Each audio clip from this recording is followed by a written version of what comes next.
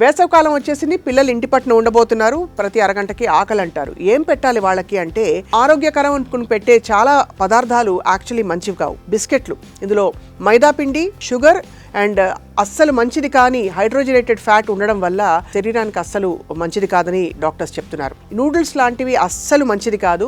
మైదా పిండి and hydrogenated fats తప్ప ఇందులో ఏమీ లేదని చెప్పి కూడా డాక్టర్స్ చెప్తున్నారు.